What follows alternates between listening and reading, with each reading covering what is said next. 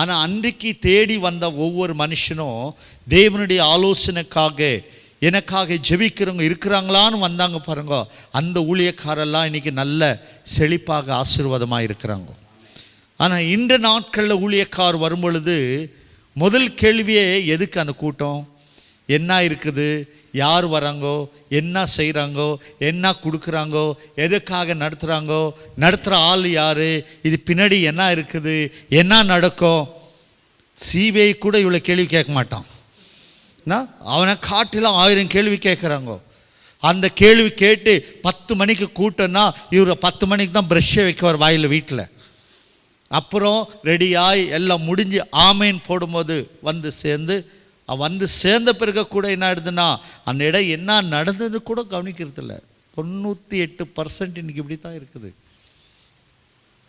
ஒரு ஊழியக்காரனுடைய நிலைமை, ஊழியக்காருடைய காரியங்களை குறித்து இன்றைக்கி இன்னொரு பர்சன் அவரை குறித்து பாரமாக எடுக்கிறவங்க யாரும் இல்லை. இது ரொம்ப நம்மளாம் சிந்திக்கணும். எப்பவுமே ஒரு காரியம் என்னுடைய ஒரு காரியம் நான் சொல்கிறேன். அருமையான பாஸ்டவர்கள் இந்த கூட்டம் இவங்க நடத்துகிறாங்கன்னு சொன்னால் உங்களுக்கு ஒரு அழைப்பு கொடுத்து உங்களை கூப்பிடுறாங்கன்னா உங்களை குறித்து சிந்திக்கிற ஒரு ஆள் இருக்கிறாருன்ற சிந்தனை இருக்கணும். ஏன்னா இன்றைக்கி காலம் ரொம்ப பிஸி. யாரும் அவங்கவுங்க வேலையே பார்க்க டைம் இல்லை. இன்யாரும் மற்ற ஆளை கூப்பிட்டு வச்சு சோறு ஆக்கி போட்டு தட்டு கழுவி உன்னை விசாரிக்கிறவங்க யாரும் வரமாட்டாங்க. கடினமான காலத்தில் நாம் இருக்கிறோம். அப்போ ஒரு ஊழியக்காரன் நாம் வாழுகிறவனுடைய வாழ்க்கை இன்றைக்கு காலகட்டத்தில் நாம் கடந்து போகும் பொழுது உண்மையாகவே தேவனால் நடத்தப்படுகிற ஒரு மனுஷனாக நாம் வாழணும். Very important. இன்றைக்கி ஒரு பாஸ்ட் லைஃப். ஏன் இன்றைக்கு அநேகருடைய வாழ்க்கையில் தோல்வி ஏற்படுது? ஊழியத்தில் வந்தார்கள், ஊழியத்தில் பேசினார்கள், படித்தார்கள், பல காரியம் செய்து ஏன் இந்த ஊழிய வாழ்க்கையில் தோல்வி? ஏன் சபைகள் வளரல? இன்னும் சில சபைகளை பார்க்கும் பொழுது இன்னும் ஒரு நிலையான நிலைமைக்கு வரல. நிறைய ஊழியக்கார ஊழியம் செய்கிறாங்க, அந்த சபை அவர்களை இன்னும் போஷிக்க முடியாத நிலைமையில் இருக்கிறாங்க. இது எல்லா காரணங்கள் என்ன? நமக்குள்ளே என்ன குறைகள் உண்டு? அப்போ நம்ம அழைத்த தேவனுக்குள் குறை இருக்கிறதா, இல்லை ஊழியத்துக்கு வந்த நமக்குள்ள குறை இருக்கிறதா, இல்லை நம் செய்கிற வேலை முறைகள் தவறாக இருக்கிறதா, என்ன சம்பவங்கள் உண்டு என்பதை நம்ம ஆராய்ந்து பார்க்கணும். இன்னைக்கு எப்போ நீங்கள் ஆராய்ந்து பார்க்க முடிவு எடுக்கிறீர்களோ அந்த இடத்துல தான் கர்த்தர் உங்களுக்கு சில காரியங்களை வெளிப்படுத்துவார். ஆமென். ஒரு வசனத்தை வாசித்து பார்க்கலாம். அப்போஸ்தலர்கள் நிருபம் 9வது அதிகாரத்தில் 15வது வசனத்தை எடுத்தவர்கள் தயவு செய்து வாசிக்கணும். நீங்கள் 9வது அதிகாரத்தில் 15வது வசனம்.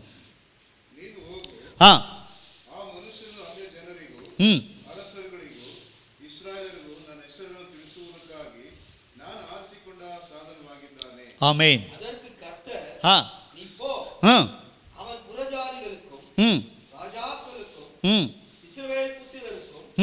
என்னுடைய நாமத்தை அறிவிக்கிறதற்காக நான் தெரிந்து கொண்ட பாத்திரமாய் இருக்கிறார். ஆமென். Praise the Lord. ஹல்லேலூயா.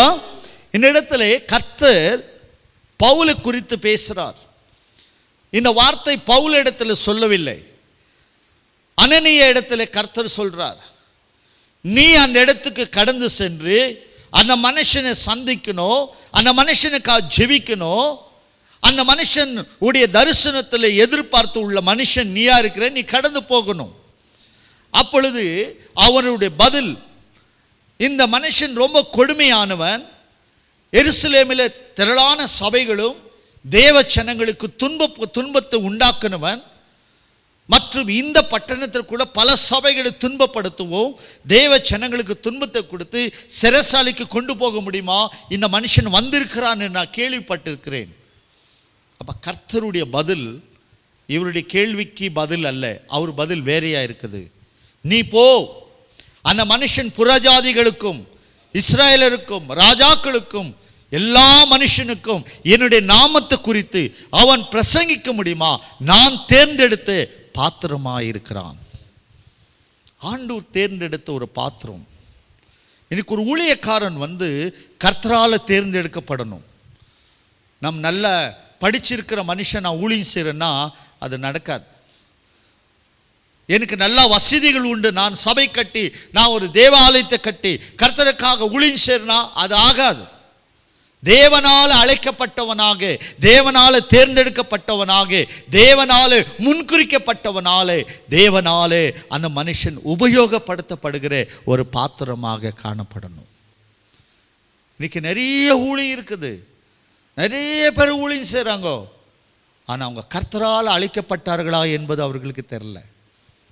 நிறைய சபைகளில் பிரச்சனைகளை உருவாக்கி, சபையிலே ஊழியக்காரனுக்கும் சபையின் மக்கள் மத்தியிலே குழப்பத்தை உருவாக்கி ஒரு கூட்டத்தை வெளியே பிரித்து கொண்டு வந்து ஊழியங்களை ஆரம்பிக்கிறவங்களை பார்க்குறோம். சபையுடைய ஊழியக்கார குடும்பத்திலே, அவருடைய பர்சனல் வாழ்க்கையிலே, அவங்க பிள்ளைகள், மனைவி, கணவன், அவர்களுக்குள்ள சில பிரச்சனைகள் வரும் பொழுது அதை சபைக்குள்ள பெருசாக்கி சபையை உடைச்சி வெளியே ஊழியத்துக்கு போகிறத பார்க்குறோம். சில பேர் அவங்க ஊழியக்காரனாக இருக்கிற, நானும் ஊழியக்காரனை மாறணும், அவங்க எவ்வளோ வசதியாக வந்துட்டாங்களே நானும் ஊழியம் செய்கிறேன்னு சொல்லி வரவங்க உண்டு. விதமான ஊழியங்களிலே செயல்படுகிறவர்களை நாங்கள் பார்க்கிறோம். ஆனால் ஒரு காரியம் நன்றாக நாம் அறியணும், தேவனால் அழைக்கப்படாத மனுஷனால இந்த தேவ ராஜ்யத்துடைய ஊழியத்தை செய்ய முடியாது. தேவனால் அழைக்கப்படாத மனுஷன் செய்ய முடியாது. இந்த அழைப்பு இல்லாததுனால தான் இன்னைக்கு திரளான ஊழியக்காரர்கள் பாடுகளையும் கடினமான உழைப்பும் கடினமான கஷ்டத்தில் கடந்து போகிறாங்க. அவர் சபைகள் வளரலை, சபைகளில் ஆத்துமாக்கள் இல்லை, அந்த சபைகள் வளர்ச்சியிலே பெருகவில்லை, அந்த குடும்பங்கள் ஆசீர்வதிக்கப்படலை, அவர்களை நன்றாக தேவன் வழியில் நடத்த முடியவில்லை. 18 வருஷம் ஊழியத்துக்கு வந்து எவ்வளோ ஆட்கள் உண்டு சபையில் என்றால் அவர் 12 பேர் இருக்கிறார்.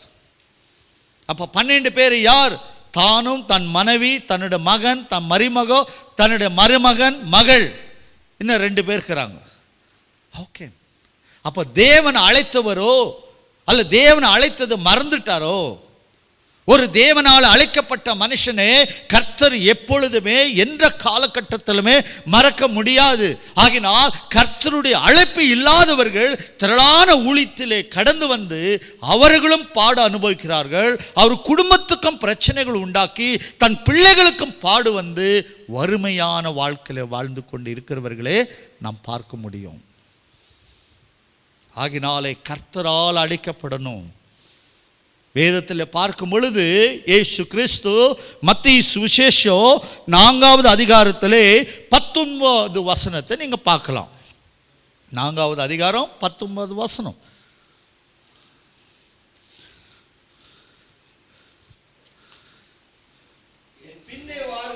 என் பின்னே வாருங்கள், உங்களை மனுஷரை பிடிக்கிறவர்களாக்குவேன் என்றார். உடனே அவர்கள் லாவற்றை விட்டு அவருக்கு சென்றார்கள். ஆமென்.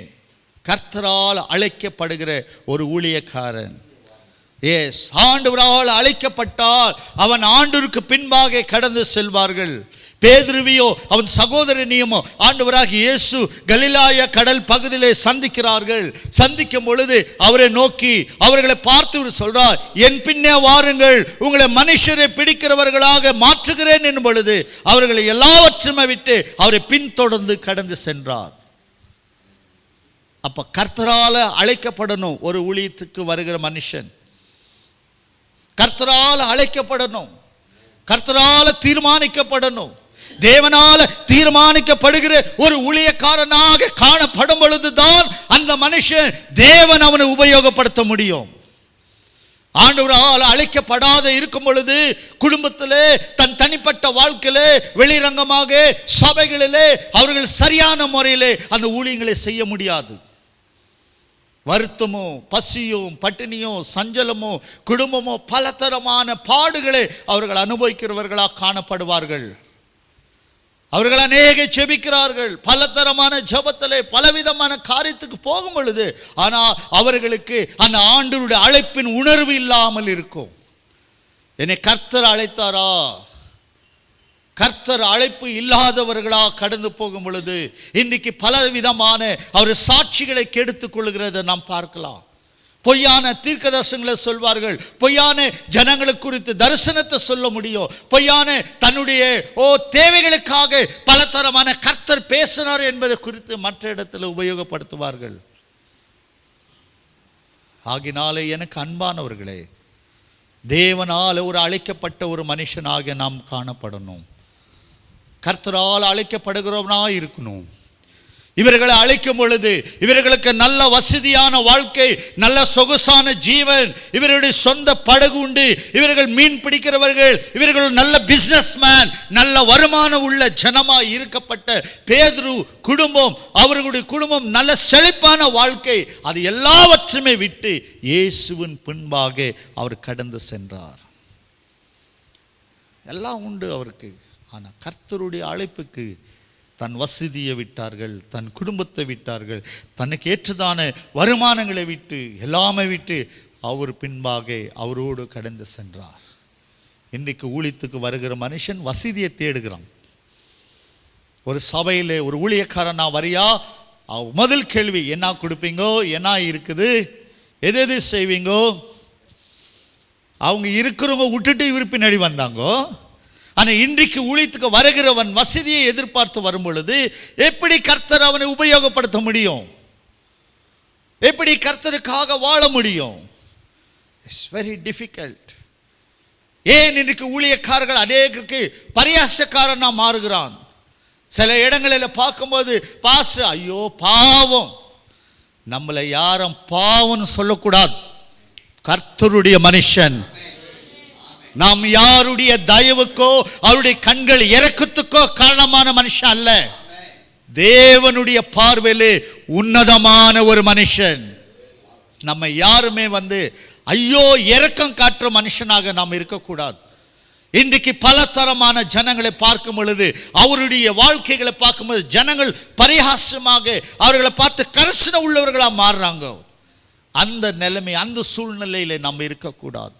நம்மை கர்த்தர் அழைத்த ஒரு அழைப்பை நம்ம உணரணும். இன்றைக்கு தேவனுடைய ராஜ்யத்துக்காக அழைக்கப்பட்டவர்களுக்கு இருக்க தேவையான சில காரியங்களை குறித்து நாம் பார்க்கும் பொழுது, தேவனால் ஒரு அழைக்கப்பட்ட ஒரு ஊழியக்காரன் வரும் பொழுது அவனுடைய வாழ்க்கையிலே முதலாவதாக அவர்களுக்கு ஆத்ம பாரம் இருக்கணும். இன்னைக்கு இந்தியா தேசம் 150 கோடி ஜனம் இருக்குது. இந்தியா தேசத்தில் எத்தனை மாநிலம் இருக்கிறது, எவ்வளவு மொழிகள் இருக்கிறது, எத்தனை பகுதிகளில் சபைகள் இருக்கிறது, எத்தனை இடத்துல ஊழியங்கள் இன்றைக்கு அறிவிக்கப்பட்டது, எவ்வளவு ஊழியக்காரர்கள் பாதிக்கப்பட்டார்கள், எத்தனை இடங்களில் ஊழியக்கார சபைகள் நுறுக்கப்பட்டது, எத்தனை இடத்துல தேவனுடைய சுவிசேஷமே இல்லாத இடம் இருக்குது. இன்னைக்கு ஒவ்வொரு ஊழியக்காரனை தேடும் பொழுது இந்தியா தேசத்துடைய முழு விவரம் அந்த ஊழியக்காரன கரத்தில் இருக்கணும். அவனுக்கு ஒரு ஆத்மா பாரம் இருக்கணும். 150 கோடி மக்கள் மத்தியிலே எத்தனை கோடி ஜனங்கள் ரட்சிக்கப்பட்டிருக்கிறார்கள், எத்தனை கோடி ஜனங்களுக்கு சுவிசேஷம் அறிவிக்கப்பட்டது, எத்தனை கோடி ஜனங்கள் இன்றும் கர்த்தரை அறியாதவர்களை மடிந்து கொண்டிருக்கிறாங்க. ஒரு ஊழியக்காரனுக்கு ஒரு நாள் ஒரு சாவு உருவாவதென்றால் அந்த மனுஷனுக்கு அந்த ஆத்மா பாரம் உருவாகணும். ஆத்மா பாரம் உள்ளவனா இருக்கணும். பாஸ்டர்ஸ், கர்த்தருடைய ஊழியத்துக்கு வருகிறவனுக்கு ஆத்மா பாரம் இருக்கணும், பணபாரம் வரக்கூடாது. இன்னைக்கு நிறைய காரியங்களை நாம் பார்க்கும் பொழுது சபையிலே ஜனம் இருக்குதோ இல்லையோ, வராங்களோ வரலையோ, கூட்டமோ எதுவோ, நான் செட்டில் ஆகணும். ஏன்னா நம்ம செட்டில் பண்ணவ கர்த்தர் கூப்பிட்டாரு. நம்ம வாழ்க்கையில் செட்டில் ஆகிறதுக்கு நம்ம தேவன் அளித்தார். நமக்கு தேவையான ஆத்துமக்கள் தேவை. நமக்கு ஆத்தும பாரம் இருக்கணும். ஒரு ஆத்தும பாரம் உள்ள ஊழியக்காரனாக இருந்தால் அந்த ஊழியக்காரர் அழிந்து போகிற ஜனங்களுக்காக, மடிந்து கொண்டு இருக்கிறவர்களுக்காக, ஜாதிகள் குறித்து பிரச்சனைகளோ பலதரமான கிறிஸ்துவ விரோதிகள் மூலமா பல இடங்களில் தாக்கப்படுகிறார்கள். ஊழியத்திலே ஊழியக்காரனே இல்லாமல் இருக்கிறார்களே, அவர்களுக்காக ஜெபிக்கிறதான அந்த பாரம் உள்ளவனா மாறணும். இன்னைக்கு பல ஜனங்களை நாம் தேடுகிறோம். ஊழியத்துக்கு வரவங்களே, ஊழியத்துக்காக அர்ப்பணிக்கிற ஜனங்கள் இல்லை. இன்னைக்கு சபைகளில் பார்த்தால் விசுவாசிகள் உண்டு. என்ன செய்கிறாங்கோ? பிகாம் பிஏ டிகிரி படிச்சிருக்கிறோம், எங்க வேலைக்கு போகிறோம், சாஃப்ட்வேர் இன்ஜினியர், ஐடி கம்பெனி வேலை, வெளிநாட்டில் வேலை. ஆனால் பரலோக ராஜ்யத்துக்காக ஊழியம் செய்கிற ஊழியக்காரனாக குடும்பத்தில் உள்ளவர்களை யாருமே கொடுக்க மாட்டேன்றாங்க. தேவனுடைய ஊழியத்துக்காக தங்களை அர்ப்பணிக்கிறவர்கள் தேவை.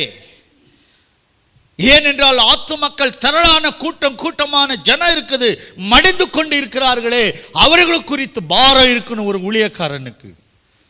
ஒரு நாளைக்கு எவ்வளவு பேர் சாவுறாங்கோ, விபத்தில் எவ்வளவு பேர் சாவுறாங்கோ, குடும்ப பிரச்சனையில் எவ்வளவு பேர் தற்கொலை பண்ணிக்கிற சாகுறார்கள். இன்னைக்கு ஒரு நாளைக்கு குடும்பத்துடைய ப்ராப்ளம்னால எவ்வளவு குடும்பங்கள் டிவோர்ஸ் ஆகி பிரிந்து போகிறது, எவ்வளவு பிள்ளைகள் பிரிந்து போகிறார்கள். வாழ்க்கையில சகலம் உண்டு, ஆனால் வாழ்க்கையில் இருக்க தேவையானது இல்லை. அவைகளை குறித்து ஒரு ஊழியக்காரனுக்கு பாரம் இருக்கணும், ஒரு பாரம் உள்ளவனாக காணப்படணும். ஒரு ஊழியத்துக்கு வந்த மனுஷனுக்கு அந்த ஆத்துமா பாரம் வரணும். அவர்களுக்காக அழுந்து புலம்பி ஜெபிக்கிறவனாக மாறணும். ஒரு ஆத்துமாவுக்காக அழுவணும், தேவ சமூகத்தில் ஜெபிக்கிறவனாக மாறணும். இன்னைக்கு ரட்சிப்புக்காக இந்தியா தேசத்திலே இன்னைக்கு ஊழியங்கள் நடக்கிறது, ஆனால் எவ்வளவு மக்கள் ரட்சிப்புக்கு வருகிறார்கள் என்பதை குறித்து நமக்கு ஒரு உணர்வு இருக்கணும். எவ்வளவு பேர் இன்னைக்கு ஞானஸ்நானம் எடுத்து தேவ சபையில சேர்க்கப்படுகிறார்கள். இன்னைக்கு நாம் எல்லா நம்ம சபையில எவ்வளவு பேருக்கு ஞானஸ்நானம் கொடுக்கிறோம், எவ்வளவு பேர் எவ்வளவு வருஷம் சபைக்கு வந்தவர்களுக்கு நம்ம ரட்சிப்பு ஞானஸ்நானத்தை கொடுத்திருக்கிறோம். ஒரு ஆத்துமாவுடைய செழிப்புக்காக, அவனுடைய ரட்சிப்புக்காக தேவனிடத்தில் எவ்வளவு போராடி ஜெபிக்கிறோம். ஒரு ஆத்துமா அழிந்து போகக்கூடாது, தேவ ராஜ்யத்துக்கு வரணும் என்பது குறித்து அவங்களை குறித்து நமக்கு எவ்வளோ இருதயத்தில் சங்கடம் உண்டாகுது.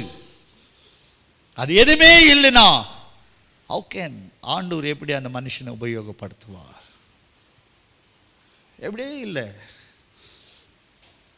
ஆத்துமாக்கள் ரட்சிப்புக்காக சுவிசேஷத்தை அறிவிக்கணும். எப்படியாகிலும் இந்த சுவிசேஷத்தை குறித்து ஒருவனுக்கு அறிவிக்கப்படணும். ஒரு கிராமத்துக்கு இந்த சுவிசேஷம் போகணுமே. கர்நாடகா மாநிலத்தில் ஹாவேரி என்கிற டிஸ்ட்ரிக்டில் 7 தாலுக்கா இருக்கிறது. அது ஒரு தாலுக்கா பர்டிகுலர் ஒரு தாலுக்கால ஒரே ஒரு ஊழியக்காரன் கூட கிடையாது. அந்த தாலுக்கால ஊழியத்துக்கு யாரானாலும் கடந்து போனால் எல்லா பகுதி ஜனங்கள் சேர்ந்து அவனை அடித்து அந்த இடத்த விட்டு வெளியே துரத்திடுவாங்க. அந்த இடத்துல சேர்க்க மாட்டாங்க. அந்த ஒரு தாலுக்கா ஒரு ஊழியக்காரன், ஒரு விசுவாசி, ஒரு பர்சன் யாருமே கிடையாது. அந்த ஹாவேரி டிஸ்ட்ரிக்ட் இருக்கிற ஒரு தாலுக்கா கடந்த ஆண்டு அந்த பகுதிக்கு ஜெபிக்க முடியுமாக நாங்கள் ஒரு 10 ஊழியக்காரர்கள் நாங்கள் ஒன்றாக சேர்ந்து போகும் பொழுது, அந்த பகுதிக்காக ஜெபிக்கும் பொழுது ஒரு ஊழியக்காரர் எழுந்து சொன்னார், பாஸ்டர் இந்த இடத்துல இந்த தாலுக்காவில் ஒரே ஒரு மனுஷன் கூட கிடையாது பாஸ்டர். யாருனாலும் இருந்தா இம்மிடியட்லி எல்லாரும் கூட்டமாக சேர்ந்து அந்த ஆளை அடித்து அந்த இடத்தை விட்டு வெளியே கொண்டு போய் விட்டுடுவாங்க. இந்த பகுதி ரொம்ப கடினமாக இருக்கிறது. அதே போல் கதக் டிஸ்ட்ரிக்டில் ஒரு தாலுக்கா லங்கேஸ்வர் என்ற ஒரு தாலுக்காவில் ஒரு ஊழியக்காரர் இருக்கிறார். அவர் ஒரு ஹேண்டிகிராஃப்ட் ஊழியக்கார். அந்த இடத்துல அவர் சபையில் ஒரு ஊழியத்தை நடத்தும் பொழுது அந்த குறித்து அந்த பாஸ்டர் சொன்னார், இந்த பகுதியில் கிறிஸ்துவ விரோதிகள் ஒன்றாக சேர்ந்து ஏறக்குறைய ஒரு 9 தடவை என் சபையை என்னை அடித்து நொறுக்குனாங்க. ஆராதனை நடக்கும்போது வருவாங்க, ஒரு கூட்டம் இருக்கிற பேண்ட் செட்டு இருக்கிற ஸ்பீக்கர் எல்லாத்தையும் தூக்கி போட்டு உடைச்சி அடின்னு அடித்து எல்லாத்தையும் வாரி வெளியே கொட்டிட்டு போயிடுவாங்க. ஆனால் மீண்டும் ஜோபம் பண்ணி மீண்டும் இந்த மாதிரி 9 தடவை வந்து இந்த சபையை நான் இருந்த இடத்த அடிச்சிருக்கிறாங்க பாஸ்டர். ஆனாலும் இதே இடத்துல தான் நான் இருப்பேன். ஒரு கால் மரணம் என்பது வந்தால் நான் இங்கே தான் சாவேன். அந்த முடிவு எடுத்து நான் இந்த பட்டணத்தில் இருக்கிறேன். ஐயா, எங்களுக்காக நீங்கள் ஜெபிக்கணும். அன்றைக்கு அந்த ஊழியக்கார கூட்டத்தில் நாங்கள் இருக்கிறோம். நாங்கள் 10 பேர் சொல்கிறார், எங்கள் ரொம்ப வறுமையான வாழ்க்கை கடினமாக இருக்குது. இந்த மாதிரி என் சபைக்கு வராங்கன்னு தெரிஞ்சிருமே, ஆண்டவரே பாஸ்டர்ஸ் வராங்களே அவனுக்கு ஒருவேளை சாப்பாடு போடணுமே, என்கிட்ட பணம் இல்லை, என்ன செய்த ஆண்டவரே நான் ஜெபம் பண்ணுறேன். அப்போ என் மனைவி வயல் வேலைக்கு போய் அன்று இரவு 1000 ரூபாய் கொண்டு வந்தாங்க. இன்னொரு விசுவாசம் ஒரு 1000 ரூபாய் கொடுத்தாங்க. 2000 ரூபாய் இவங்க கொடுத்த பணத்தில் தான் இன்றைக்கு சாப்பாடு நாங்கள் செய்து ஊழியக்காருக்கு போடும் எனக்கு ஆண்டவர் கொடுத்தார், வாய்ப்புனார். ரொம்ப கொடுமையான வாழ்க்கை. நாம் பெங்களூர் பட்டணத்தில் சொகசாக வாழுகிறோம். பஸ் இருக்குது, பைக் இருக்குது, வண்டி இருக்குது. எங்க போனா கூட்டம், கூட்டம் முடிஞ்ச பிரியாணி, எங்க போனா கூட்டம், பெட்ரோல் காசு எல்லாமே கொடுத்து கூட்டம் கூட்டம் கூட்டம். இந்த கூட்டத்தை விட்டு வெளியே போகணும், வெளியே போய் பார்க்கணும். எத்தனை இடத்துல இன்னைக்கு சுவிசேஷத்தை வழிகள் திறக்கப்படாத இடங்களா இருக்கிறது. அந்த குறித்து ஒரு ஊழியக்காரனுக்கு ஒரு தரிசனம், ஒரு பாரம் உள்ளவனாக காணப்படும் அவன். அப்பொழுது மட்டும்தான் ஆண்டவர் அந்த மனுஷனை எடுத்து உபயோகப்படுத்த முடியும்.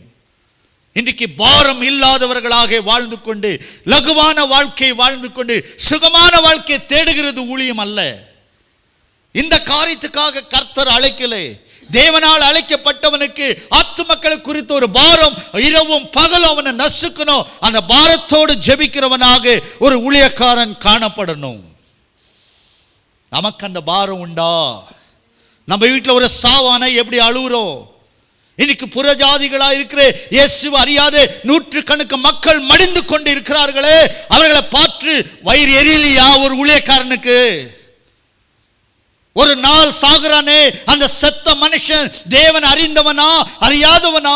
இன்னைக்கு போயிட்டானே, இந்த ஆத்துமா தேவனே அறிந்திருக்குமா என்பது ஒரு ஊழியக்காரனுக்கு ஒரு கரசனோடு உள்ள இல்லையே. How can you be pastor? எப்படி ஒரு ஊழியக்காரனா நாம் வாழ முடியும்? அந்த பாரம் உள்ளவராக, அந்த மடிந்து போகிற ஜனங்கள், என் சகோதரன் என் குடும்பத்திலே ஒருவன் மரணம் அடைஞ்சா எவ்விதமான வேதனை என்னை தாங்குமோ, அதே போலதான் இன்றைக்கு தேவன் அறியாத மரணத்துக்குள் கடந்து போகிறவர்கள் குறித்து ஒரு பாரம் உள்ளவனாயிருக்கணும் ஒரு ஊழியக்காரன். வயிறு எரியுது, நூற்றுக்கணக்கான மக்கள் மடிந்து கொண்டிருக்கிறார்களே, நூற்றுக்கணக்கான இடத்திலே சபைகளை கட்ட முடியாத அளவுக்கு ஊரை விட்டு வெளியே தோர்த்துறாங்களே, அவர்களுக்காக யார் ஜெபிக்கிறோங்கோ? பாஸ்டர் விலைக்கு நான் பிரசங்கி யார் இல்லை, நான் பிரசங்கி யார் இல்லை, விலைக்கு ஜெப குறிப்பை கொடுத்தார். ஒரு நாள் உங்க ஊரை விட்டு வெளியே போங்க, இந்த சிட்டியை விட்டு வெளியே போகணும், அங்கே பார்க்கணும் ஒவ்வொருத்தருடைய பாடுகளே. அந்த பட்டணத்தில் பாருங்க, பாகல்கோட்டை என்கிற டிஸ்ட்ரிக்ட் 7 தாலுக்கா சேர்ந்த டிஸ்ட்ரிக்ட் அது.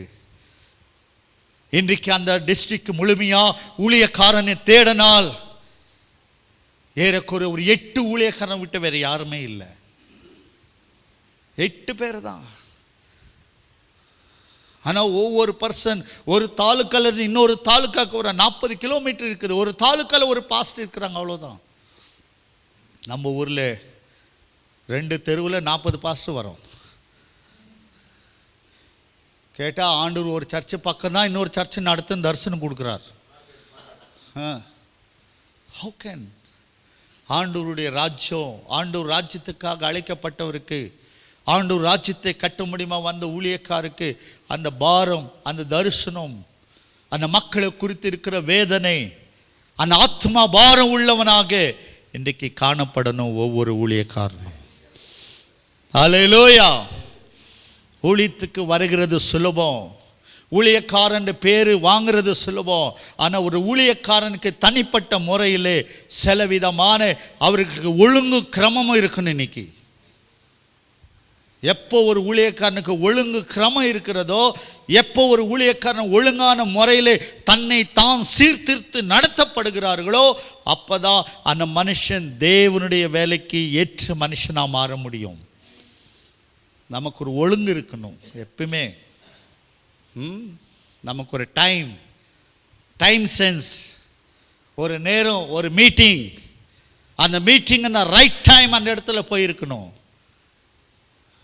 ரொம்ப கஷ்டமாக இருக்குது பேசுகிறதுக்கு. 7 மணி வீடை விட்டால் ராத்திரி வேட்டு திரும்ப வீட்டுக்கு எவ்வளோ மணிக்கு போகிறாங்க? பாஸ்டர் ஐயா எங்கே இருக்கிறாருன்னா அவர் ஊரெல்லாம் சுற்றி அழுவு போட்டு ராத்திரி வருவார் 12 மணிக்கு. ராத்திரி வீட்டுக்கு போய் சேர்த்து 11 மணி. நாஸ்டா ஒரு கூட்டத்தில், சாப்பாடு ஒரு கூட்டம், 4 மணிக்கு ஒரு கூட்டம், சாயந்தரம் ஒரு கூட்டம், 11 மணி வீட்டுக்கு. திரளான இன்னைக்கு ஊழியங்கள் எல்லாம் வழி தவறி போய்விட்டது. தேவனுடைய அழைக்கப்பட்ட அழைப்பை விட்டு வெளியே போயிடுச்சு. பிசாசு ஊழியக்காரனே நயவஞ்சகத்தோடு வஞ்சித்து ஊழியத்தினுடைய தரிசனங்களே, ஊழியத்துக்கு அழைக்கப்பட்ட அழைப்புகளை விட்டு வெளியே கொண்டு போயிட்டான். நமக்கு ஒரு ஒழுங்கு இருக்கணும். ஒவ்வொரு ஊழியக்காரனுக்கு ஒழுங்கு கிரமம் இருக்கணும். நமக்கு எப்போ நமக்கு ஒழுங்கு இல்லாத போதோ, எப்போ நம்முடைய வாழ்க்கையிலே, குடும்பத்தில், நம்முடைய சபைகள், நாம் செய்கிற ஊழியத்துக்கு ஒழுங்கு இல்லாமல் போயிட்டா அது இருள் அடைந்த வாழ்க்கையாக மாறிடும். அது வெறுமையானதாக இருக்கும். வாழ்க்கை வெறுமையானதாக காணப்படும். குடும்பத்து வெறுமையானதாக இருக்கும். இருள் சூழ்ந்து ஒரு வாழ்க்கை உருவாயிடும். தயவு செய்து என்ன தவறாக எண்ணாதீங்கோ. ஏனென்றால் உங்களை நம்பி உங்கள் பின்னாடி உங்கள் குடும்பம் இருக்குது. உங்களை நம்பி உன் பின்னாடி ஒரு ஊழியர் இருந்தால் அந்த ஊழியர்கள் இருக்கிறது. இது எல்லாம் பார்க்கும் பொழுது ஒரு ஊழியக்காரனுக்கு தனிப்பட்ட வாழ்க்கையில் ஒரு ஒழுங்கு கிரமம் உள்ள வாழ்க்கையில் நம்ம வாழணும். நமக்கு ஜெபம் இருக்கணும், வேத வாசிப்பு இருக்கணும், நாம் சேர்கிறதான ஜனங்கள் ஒரு பரிசுத்தவானோடு இருக்கணும். சில இடங்களுக்கு நம்ம போகக்கூடாது. சில இடத்துல நம்ம கை நீட்டக்கூடாது. சில இடங்களில் நம்ம கை வைக்கக்கூடாது. சில ஜனங்களுடைய குறித்து பேசக்கூடாது. நிறைய காரியங்களே நாம் கற்றுக்கொள்ள தேவையா இருக்குது. ஆரம்ப நாட்களில் 1990, 91 ஆண்டு காலத்தில் நான் ஊழியத்துக்கு வந்த ஆரம்ப நாட்கள், சில ஊழியக்காரர்களோடு சேரும் பொழுது அவர்களோடு இணைந்து அவர்களோடு பேசும்பொழுது ரொம்ப அருமையாக இருக்குது. வார்த்தை கேட்க காதுக்கு இனிமையாக இருக்குது. என்ன வார்த்தை? வேற ஊழியக்காரன குறைகளை குறித்து பேசுகிறது. அந்த பாஸ்டர் இப்படி, அவன் பொண்டாட்டி இப்படி, அவன் பிள்ளைங்க இப்படி, அவனுக்கு காசு வருது, வெளிநாடு பணம் வருது, இவங்க காசு கொடுக்குறாங்க, அவங்க பணம் தராங்க, அதனால தான் இவன் இப்படி இருக்கிறான். காலை ஆரம்பித்தா சாயந்தரம் 7, 8, 10 மணி வெளியும் அவங்க 4, 5 பேர் நாங்கள் கூட்டம், 5 கூட்டம் திரிஞ்சு ராத்திரி 11 மணி வீடு போய் சேருவோம்.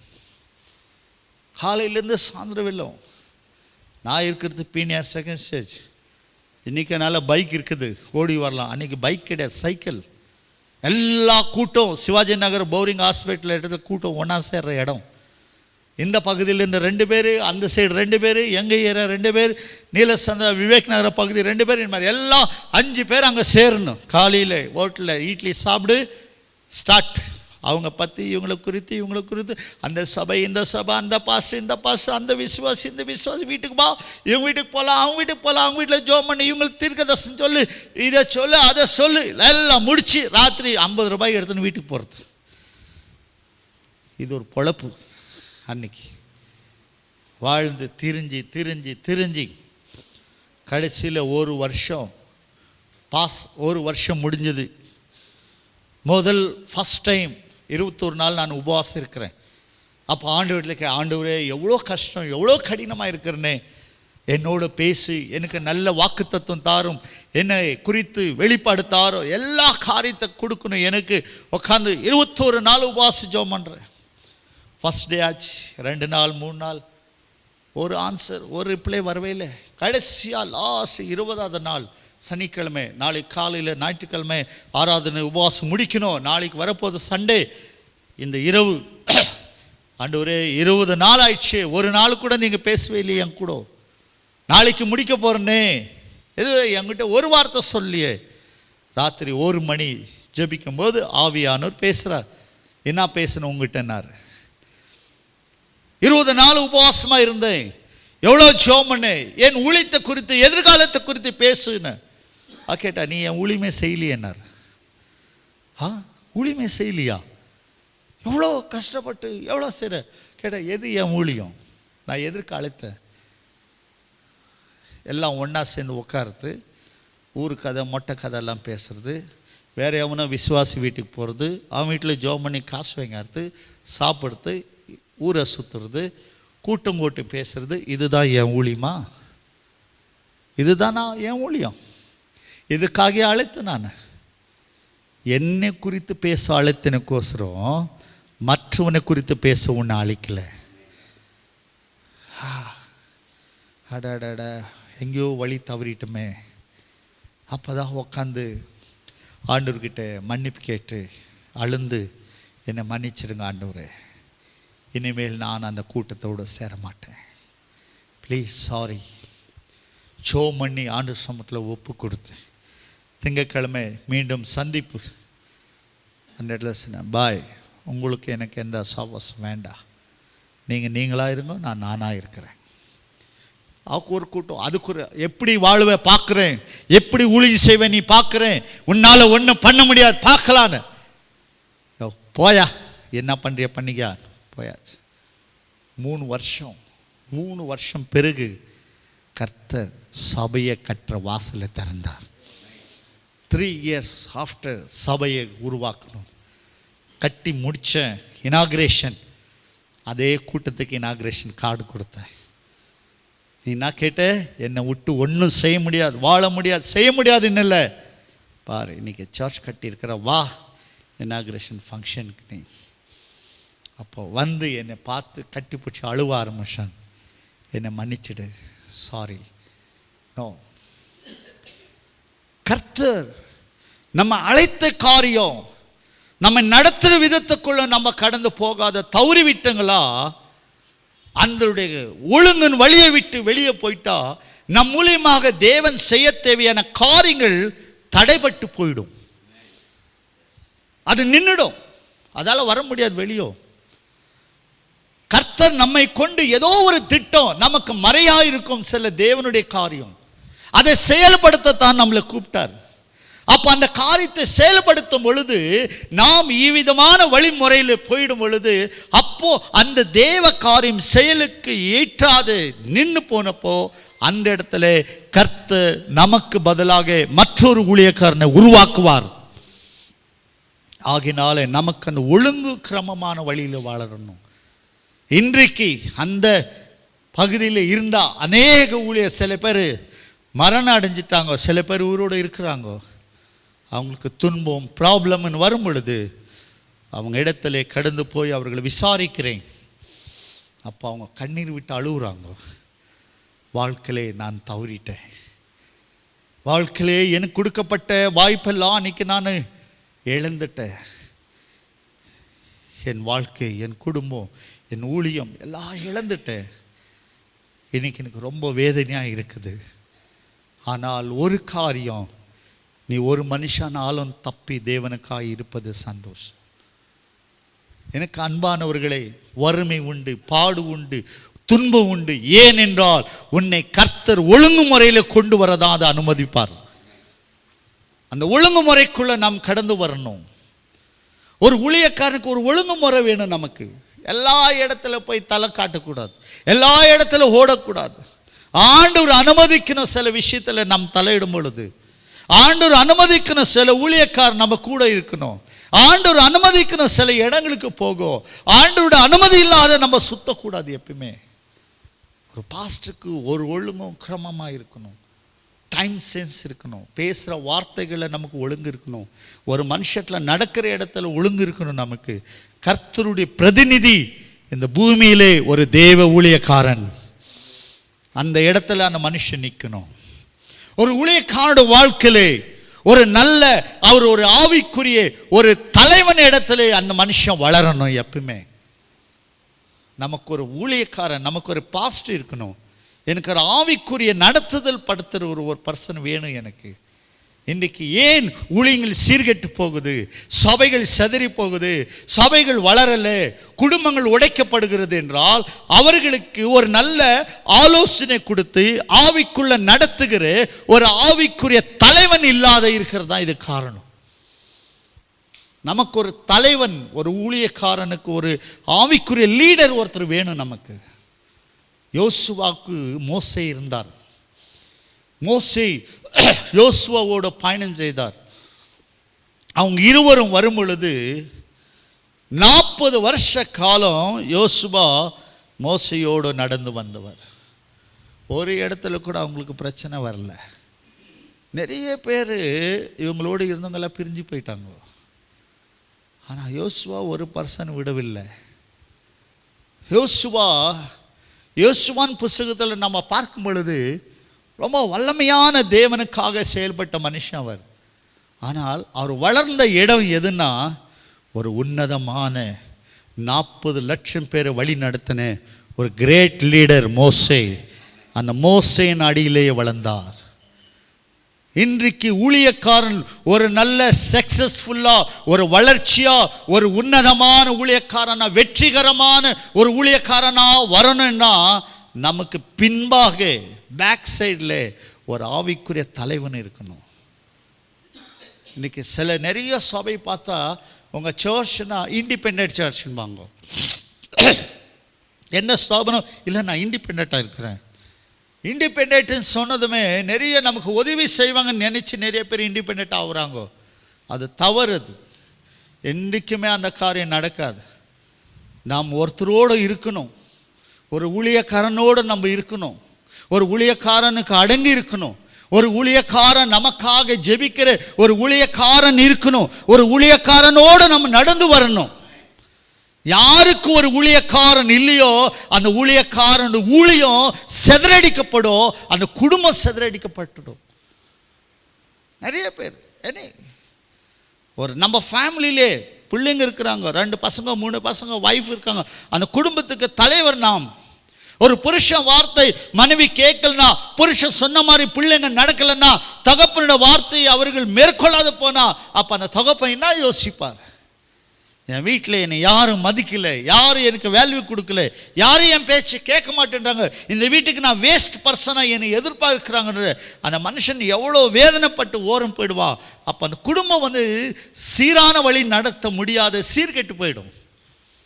பிள்ளைங்க ஒரு வழி, மருமகன் ஒரு வழி, மனைவி ஒரு வழி, இவர் ஒரு வழியாக போயிட்டா அந்த வீட்டுக்கு ஒரு தலைவன் இல்லாத லைஃப் அது. எவன் எவ்வளோ மணிக்கு வரானோ தெரில, என்ன வேலை செய்கிறானோ, என்ன சம்பாதிக்கிறானோ, இந்த காசு கொடுக்கல, யாருக்கும் கொடுக்கல வீட்டில். அப்போ அந்த சபை அந்த வீடை வளர்த்து தகப்பன் உழைச்சி சம்பாதிச்சு பிள்ளைங்களை படிக்க வச்சு வளர்த்து ஆளாக்கி பெருமையாக மனுஷனை மாற்றி அவன் எல்லா தன் வாழ்க்கையின் உயர்வு துன்பம் கடினம் எல்லாம் அந்த குடும்பத்துக்காகவே செலவழித்த மனுஷனே சம்பாதித்த பிறகு அந்த பிள்ளைங்க மதிக்கலைன்னா அந்த மனுஷன் நான் யோசிப்பார். அப்போ அவர் எப்படி அந்த குடும்பத்தை நேசிக்குவார்? அப்போ அடுத்த ஆள் யாருனாலும் எப்படி இருக்கிறாங்க ஃபேமிலி பிள்ளைங்கோ, அந்த சந்தோஷத்தோடு என் பிள்ளைங்க நல்லா இருக்கிறாங்கன்ற வார்த்தை வராது. உள்ள வருத்தமோ சஞ்சலமோ. ஏனென்றால் அந்த வீட்டுக்கு ஒரு சரியான தலைமை இல்லை. யார் எவ்வளோ மணிக்கு வராங்க தெரியாது, யார் எங்கே போகிறாங்க தெரியாது, என்ன சம்பாதிச்சாங்க ஒன்றுமே தெரியாது அந்த வீடு. இதே போல் தான் ஒரு ஊழியக்கார வாழ்க்கை. ஒரு ஊழியக்காரனுக்கு ஒரு தலைவன், ஒரு ஆவிக்குரிய தலைவன் இருக்கணும். ஒரு பாஸ்டர் என்ன பண்ணுறார், நாம் தவறும் பொழுது நம்மை திருத்துற ஒரு பாஸ்டர் இருக்கணும். நாம் செய்கிற சபையிலே எந்த காரியம் நடந்தாலும் நமக்கு ஒரு ஆவிக்குரிய அட்வைசர், ஆவிக்குரிய ஆலோசனைகர் நமக்கு வேணும். அப்போ ஒரு பாஸ்டரோடு நம்ம இருக்கணும். எல்லாமே நீங்கள் செய்ய முடியாது, பாஸ்டாயிட்டு எல்லாம் நடத்த முடியாது. அப்போ நம்மை திருத்தணும். நாம் செய்கிற காரியம் தவறு என்றதை நமக்கு உணர்த்துறவங்க ஒருத்தர் இருக்கணும், நமக்கு ஜெபிக்கிறவங்க ஒருத்தர் இருக்கணும். நாம் போகிற வழி சரியில்லாத முறை இது, அதை சரிப்படுத்துகிறதான ஒரு ஊழியக்காரன் நமக்கு வேணும். இன்னைக்கு யார் நமக்கு இருக்கிறாங்க? சரி, சபையில் ஒரு விசுவாசியர் தவறு பண்ணுறார். இன்றைக்கி சர்ச்சில் வர பிரச்சனை என்னன்னா, பிள்ளைங்க குடும்பம் எல்லாம் நல்லா வளரும், மகன் நல்லா ஃபேராக நல்லா இருக்கும், அழகா. எவனோ ஒருத்தர் புறஜாதி மனுஷன் லவ் பண்ணிடும். அவங்க கேட்குறாங்க, பாஸ்டே ஒரு தவறு ஆயிடுச்சு, ஒரு விதமான மிஸ்டேக் ஆயிடுச்சு, என்னன்னா இந்த மாதிரி என் பொண்ணு கல்யாணம் பண்ணலாமா சர்ச்சில் என்னமா? பாஸ்டர் கேட்பார், நோ சாரி பண்ண முடியாது. ஒரு சபையில் ஒரு அவிஸ்வாசியை கொண்டு வந்து உன் மக கல்யாணம் பண்ணுதுன்னா அடுத்த குடும்பம் எல்லாம் கெட்டுவிடும் இல்லையா? பாஸ்டர் சொன்னா யாருக்கும் பண்ண முடியாது. அப்போ அந்த குடும்பம் என்ன சொல்லுவேன், இந்த பாஸ்டர் சரியில்லைன்னு விட்டு போயிடும் வெளியே. அவங்க செய்த தவறே குற்றத்தை எடுத்து சொன்னால் பாஸ்டர் அவங்களுக்கு விரோதி, வெளியே போயிடுவாங்க. அது போகிறது அவங்க தவறை மூடி வச்சிருவாங்க, தவறுகளை ஊழியக்காரன் மேலே போட்டு போயிடுவாங்க. பாஸ்டர் முன்ன நல்லா இருந்தார், எல்லாம் எங்கள் வார்த்தை கேட்பார், இப்போ அவர் கொஞ்சம் நல்லா வளர்ந்துட்டார், நாங்கள் அவங்க கண்ணுக்கு தெரில, நாங்கள் அவங்களுக்கு தேவையில்லை, இன்றைக்கி நேற்று தேவையாக இருந்தது, இன்றைக்கி எங்கள் ஃபேமிலி அவருக்கு அவசியம் இல்லை, 100 சபைக்குது ஆண்டவர் எங்கேயோ என்ன நடத்துகிறார் சொல்லிட்டு போயிடுவாங்க. அவங்க குற்றத்தை மூடி வச்சுடுவாங்க. அப்போ அந்த சபை வெளியே போயிடும். அப்போ அந்த ஊழியக்காரன் என்ன நினைப்பா, அவங்க சரி பண்ணி நல்ல முறையில் நடத்தின இவ்வளோ வருஷம் அவங்க தவறை நான் எடுத்து காமிச்சதுக்காக என்னை விட்டு போயிட்டாங்களே, அவங்களுக்காக இவ்வளோ வருஷம் நான் இருந்தேனே, இவ்வளோ வருஷம் அவங்களுக்காக ஜெபிச்சு அவங்கள நல்ல முறையில் கொண்டு வந்தேன், ஆனால் அவங்க தவறு சொல்லி திருத்தத்துக்காக விட்டு போயிட்டாங்களே, அந்த பாஸ்டருக்கு எவ்வளோ நோவு. இதே போல தான் நம்முடைய தவறுகளை திருத்த ஒரு ஊழியக்காரன் இருக்கணும். நம்முடைய முறைகளை சரிப்படுத்தணும். எப்போ ஒரு ஊழியக்காரனுக்கு இன்னொரு ஊழியக்காரன், ஒரு மூற்ற ஊழியக்காரர், ஒரு மூற்ற தலைவர் நம்மை சரியான முறையில் நடத்துகிறதான ஒரு பாஸ்டர் நமக்கு இருக்கணும். நீங்கள் எல்லாம் ஒரு சர்ச்சிலிருந்து பாஸ் ஆகிருக்கலாம், சபையிலே பாஸ்டாக வெளியே வரும்போது சில பிரச்சனை உண்டாகி பாஸ்ட் ஆகிருக்கலாம், இல்லை பாஸ்டர் ஏற்றுக்கொள்ளாதவங்க பாஸ்ட் ஆகிருக்கலாம், பல காரியம். That is next point. ஆனால் ஊழியத்துக்கு வந்த பிறகு நமக்குன்னு ஒரு நல்ல ஊழியக்காரனை தேர்ந்தெடுத்து அவருடைய ஆலோசனைக்குள் கடந்து செல்லுகிற ஒரு ஊழியக்காரன் தலைவனை நாம் வைக்கணும். எப்போ நமக்கு ஒரு தலைமை இல்லையோ, நம்ம சர்ச்சு மூக்கு இல்லாத மூக்காங்கூர் இல்லாத ஒரு எருமாடு போகிற மாதிரி போயிடும். சபை ஒழுங்காக நடத்த முடியாது, சபையில் ஒழுங்கான ஜனங்களை கொண்டாட முடியாது. கடந்த வாரம் ஒரு சபையில் கூப்பிட்டு இருந்தாங்க, அந்த சர்ச்சுக்கு போயிருந்தேன். அந்த சபை இதே மாதிரி ஒரு பாஸ்டர் மீட்டிங்கில் பேசினேன். அப்போது அந்த ஊழியக்காரர் உட்காந்து கேட்டு கடைசியாக இந்த மாதிரி எங்கள் சர்ச்சுக்கு வர முடியுமா சார்ன்னு வேறொரு என்னை அழைப்பு கொடுத்த பாஸ்டர் மாதிரி கூப்பிட்டு இவர்கிட்ட கேட்டாங்க. எனக்கு கனடா ஊழியம் பிடிக்கும், எனக்கு கனடா சபைகளை அவங்கள ஊக்கமிட்டு கொண்டு வரணுன்னு விருப்பம். சரி ஆச்சு வரேன்னு சொல்லி அந்த சபைக்கு போனேன். ஒரு 200 பேர் சபையில் இருக்கிறாங்க. பாஸ்டர் பாடினாரு. ஒரு 20 பாட்டு பாடினார். 20 பாட்டு முடிஞ்சிச்சு. இப்போ ஐயா வந்துக்கிறார், அவர் செய்தி கொடுப்பார், அவர் நல்ல பிரசங்கம் பண்ணுறாருன்னு கூப்பிட்டு கொடுத்தார். 200 பேர், அதில் பைபிள் படிக்கிறவங்க 2 பேர் தான். 2 பேர் தான் பைபிள் படித்தாங்க. நான் ஒரு நல்ல ஒரு சப்ஜெக்ட் விசுவாசத்தை குறித்து கொண்டு போயிருந்தேன். அவங்கள பார்த்தேன், இது இவங்களுக்கு எடுபடி வராது. மெசேஜை மாற்றி 40 நிமிஷத்தில் முடிச்சுட்டு திருவிருந்து ஸ்டார்ட். திருவிருந்துக்கு ஒரு விசுவாசி ஜெபம் பண்ணுறார், பாஸ்டருங்க நின்னுங்கிறார், இன்னொரு பையன் பைபிள் படிக்கிறார், ஒரு கூட்டம் உட்காந்து பேசின்னு இருக்குது. ரெடியான்றார். எஸ், ஒரு ஆளாக வாங்கிட்டு போங்க. ஒரு ஆளாக வாங்குது, அங்கே உட்காந்துங்குது. அவங்க அங்கங்கே உட்காந்தாங்க, சாப்பிட்டாங்க. ஒரு கூட்டம் அந்த சேர் எடுத்து ஜோடிச்சிங்குது. நான் உட்காந்து பார்த்துங்கிறேன், இது சர்ச்சா, சந்தியா, மார்க்கெட்டா, இல்லை கல்யாண சத்திரமா, இது புரியலையே. ஒடிஞ்சு சாப்பாடு கொடுன்னாங்க. எல்லாம் அது போய் தட்டு வாங்கினா அது உட்காந்து சாப்பிட்டுங்குது.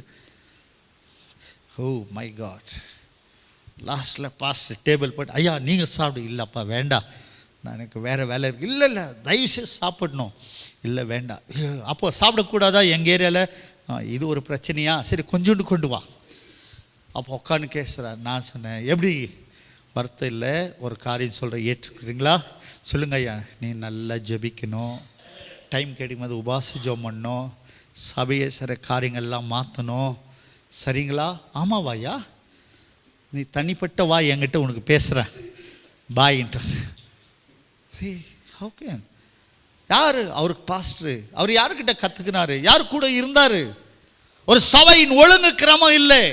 தனக்கு இருந்தால் தான் தான் வர முடியும், தான் வளர்ந்தால் தான் அந்த வழியை கொண்டு வர முடியும், தான் சபை நடத்தினா தான் அந்த சபையை சரியான முறையில் கொண்டு வர முடியும். இன்றைக்கு நிறைய சபைகளை பார்க்கிறோம், அவங்களுக்கு எந்த பாஸ்டரும் கிடையாது. கல்யாணம் நடத்த யாரு தனக்கு காசு கொடுத்தா அந்த பாஸ்டர் கூப்பிடுன்றாங்க. ஊழியக்கார கூட்டம் 30 வருஷம் முன்னாடி நடக்கும் சபையில். சபை மக்கள் எல்லாம் ஒன்றா சேர்ந்து ஜெபம் பண்ணுவாங்க. அடுத்த வருஷம் இந்த மாதிரி நம்ம ஒரு எழுப்புதல் கூட்டம் சபையில் 4 நாள் நடத்தலாம். சரி, 4 நாள் எந்த பாஸ்டர் சென்னையிலேருந்து வரார், பெங்களூர் வரார், ஓகே. ஒரு நாள் பாஸ்டருக்கு சாப்பாடு யார்? நான் கொடுக்குறேன் ஐயா. இன்னொரு நாள் நான் தரேன். 4 விசுவாசி 4 நாள் சாப்பாடு காசு கொடுப்பாங்க. அவர் வந்து போகிற ட்ராவலிங் ஒரு பாஸ்டர் ஒரு விசுவாசி ஏற்றுக்கும். இன்னொரு விசுவாசி அவருக்கு ஒரு கிஃப்ட் கொடுக்கலாம். அடுத்த காரியம் எல்லாரும் சேர்ந்து அவருக்கு காணிக்கை கொடுக்கலாம். இந்த மாதிரி சேர்த்து வச்சு ஒரு நாள் 4 நாள் சபையிலே கூட்டங்களை நடத்தின காலங்கள் உண்டு. போகும்பொழுது அந்த ஊழியக்காரனை கனப்படுத்தி அனுப்புவார்கள். இன்றைக்கு எந்த பாஸ்டர் பிரசங்கியார் வரியானா நீ காசு கொடுக்குறியா, நீ பணம் கொடுத்தா வா, இனி என் சர்ச்சுக்கு பிரசங்கத்துக்கு வரலாம். எங்கே போச்சு சபை? பிஸ்னஸ் பண்ணுற ஆள் 1000 பொய் சொல்கிறான், 1000 தில்லாமல் வேலை பண்ணுறாரு, அவர் பிரசங்கம் பண்ணுறாரு, அவர்கிட்ட காசு வாங்கின வா என் சர்ச்சில் ப்ரீச்சராக வா நின்றார். எந்த ஊழியக்காரனும் தேவனுடைய அபிஷேகம் இல்லாத பர்சனை கூப்பிட்டு தேவனுடைய பலிபீடத்தில் நிற்க வைக்க கூடாது. ஒரு பாஸ்டர் நிற்க வைக்க கூடாது. அது தேவனுடைய பலிபீடம் அபிஷேகம் பெற்ற மனுஷன் தாங்க நிற்கணும். 1000 பணம் இருக்கலாம், 1000 கோடி இருக்கலாம், 1000 கார் இருக்கலாம், அபிஷேகம் இல்லாதவ இடத்துல காசு வாங்கின சர்ச்சில் பிரசங்கத்துக்கு ஏற்றக்கூடாது. இன்னைக்கு நடக்கிற சபைகள் எல்லாம் பார்த்தா ஆவிக்குரிய மனுஷனை சபைக்குள்ள கூட மாட்டாங்க. சபையை சீர்திருத்துற ஊழியக்காரன சபைக்குள்ள என்ட்ரி இல்லை. யார் பைசா கொடுக்குறியோ நீ பிரசங்கம் பண்ணலாம். 10,000 ரூபாய் வாங்கிக்கிற அவர்கிட்ட ஏசாமி சொல்ல வச்சிடலாமே. ஒவ்வொரு ஆராதனைக்கு ஒவ்வொருத்தனை கூப்பிட்டு, தட் இஸ் வெரி ராங். அந்த மாதிரி சபைகள் செய்கிற சபைகள் தேவ சமூகத்தில் சபிக்கப்படும். அந்த சபை சீர்கெட்டு போவோம், வளராத ஊழியமா மாறும். அது தேவனுடைய அபிஷேகம் பெற்ற மனுஷன்தான் தேவனுடைய பலிபீட்டத்தில் கால் வைக்கணும். இது ஒவ்வொரு ஊழியக்காரனுக்கு தேவை. ஒரு ஊழியக்காரன் என்றால் சும்மா இல்லை, நமக்கு ஒரு சரிப்படுத்தி நடத்துகிற ஒரு ஊழியக்காரன் இருக்கணும். நமக்கு ஒரு ஆவிக்குரிய ஆலோசனை கொடுக்குறவங்க இருக்கணும். நம்ம குடும்பத்தில் எந்த காரியம் ஏற்பட்டாலும் அந்த ஊழியக்காரன் வரணும் நம்ம வீட்டுக்கு. நிறைய பாஸ்டர்ஸ் ஃபேமிலி பிரச்சனை தாஸ்திங்கோ. கணவன் மனைவிக்கு சரியான அண்டர்ஸ்டாண்டிங் இல்லை, ப்ராப்ளம், பிள்ளைங்களுக்கு பிரச்சனை, பாஸ்டர் வீட்டில் எக்கச்சக்கமான ப்ராப்ளம் இருக்குது, வெளியே சொல்ல முடியல, மரியாதை பிரச்சனை, பிரிஸ்டேஜ் ப்ராப்ளம், சபை ஜனங்களுக்கு தெரிந்தால் சபைக்கு வரமாட்டாங்கோ. இந்த மாதிரி பலதரமான குடும்பத்தில் பிசாசு பிரச்சனைகளை உருவாக்கி ஊழியக்காரனுடைய சமாதானங்களை கெடுத்து ஊழியக்காரன் சீர்கெட்டு போகிற நிலைமையில இன்னைக்கு குடும்பங்கள் நடந்து கொண்டு இருக்கிறது. அந்த குடும்பத்துக்கு தேவையான ஆலோசனை கொடுக்கிற ஊழியக்காரன் யார்? அவங்களுக்கு பாஸ்டர் குடும்பத்தை சீர்திருத்துறதுக்கு எந்த ஊழியக்காரன் நமக்கு இருக்கிறாங்க? நிறைய பேர் எனக்கு மூத்த ஊழியக்காரர் வேணும்னா எனக்கு எதனா கொடுக்குறாங்களான்றாங்க. கொடுக்குறாலும் எனக்கு லீடர் நோ. ஒரு ஆவிக்குரிய தலைவன் இருக்கணும், நம்ம குடும்பத்தை சீர்திருத்துற பர்சன் இருக்கணும். ஒரு பாஸ்டர் வராருன்னதுமே வீடு ஃபுல் அலாட்டை ஏஞ்சி நிற்கணும் அவரை கண்டு. அந்த மாதிரி ஒரு ஆவிக்குரிய தலைவன் ஒரு ஊழியக்காரனுக்கு வேணும். ஆமென், ஹல்லேலூயா. நம்ம சரியான முறையில் நடத்தணும், நாம் அவர்களுக்கு கீழ்ப்படியணும். சீனியர் மூத்த ஊழியக்காரனுக்கு ஒரு ஊழியக்காரன் கீழ்ப்படியணும். நமக்கு வண்டி இருக்கலாம், அவர் பஸ்ஸில் வரலாம், நோ ப்ராப்ளம். 40 வருஷம் 50 வருஷம் தேவனுடைய ஊழியத்தை செய்த மனுஷர்களுக்கு இன்னைக்கு இருக்கிற சாதாரணமான ஊழியத்தில் வருவங்க இன்னைக்கு மூத்த ஊழியக்காரன் மதிக்கிறது இல்லை. கீழ்ப்படியணும். நீ அவரை காட்டிலும் பெரிய சபை கட்டலாம், ஆனால் நீ அவருக்கு சமமானவன் இல்லை, அவருக்கு கீழே தான். அவருக்கு கீழ்ப்படியணும். நம்ம பாஸ்டுக்கு நம்ம கீழ்ப்படியணும். எப்போ நாம் கீழ்ப்படிந்தா நம்ம ஃபேமிலி நமக்கு கீழ்ப்படியும். எப்போ நாம் கீழ்ப்படியுமோ நம்ம சபை ஜனங்கள் நமக்கு கீழ்ப்படிவார்கள். நாம் கீழ்ப்படியணும். நம்ம மூத்த ஊழியர் நமக்கு ஒரு ஆவிக்கிற தகப்பனுக்கு கீழ்ப்படியணும். இரண்டாவதாக அந்த ஊழியக்காரனுக்கு நமக்கு வருகிற எல்லாவற்றும் வருமானத்தில் தசம பாகம் கொடுக்கணும். இது 90% எந்த ஊழியக்காரர் செய்ய மாட்டாங்க. நமக்கு வருகிற ஆதாயம், சபையில் வருகிற வருமானம், சர்ச் மக்கள் நமக்கு கொடுக்குற தைத், தசம பாகத்தில் ஒரு தசம பாகத்தை எடுக்கணும். தசமபாகத்தை எடுத்து நமக்கு இருக்கிற ஊழியக்காரராக இருக்கிற அந்த லீடர், ஆவிக்குரிய தகப்பனாக ஏற்றுக்கொள்ள அந்த பாஸ்டருக்கு நம்முடைய தசமபாகத்தை கொடுக்கணும். பணம்னா நிறைய பாஸ்டருக்கு கஷ்டம், கொடுக்கனா ரொம்ப கஷ்டம். வாங்கினாக்கா கூகுள் பே அனுப்பட்டுமான்வார், நம்பர் கொடுக்கட்டான்வார். ஆனால் இவரு கொடுக்க சொல்லிப்பார், இவர் 108 பிரச்சனை சொல்வார். சார், ஊழியத்தில் விதைக்காதவன் எவனும் அறுக்க முடியாது. நாம் சபையில் மாரடிச்சு கத்துறோம், காணிக்க கொடு, தசம்பா கொடு, காணிக்க கொடு, தசம்பாகம் கொடுன்றோம். அங்கே வரல.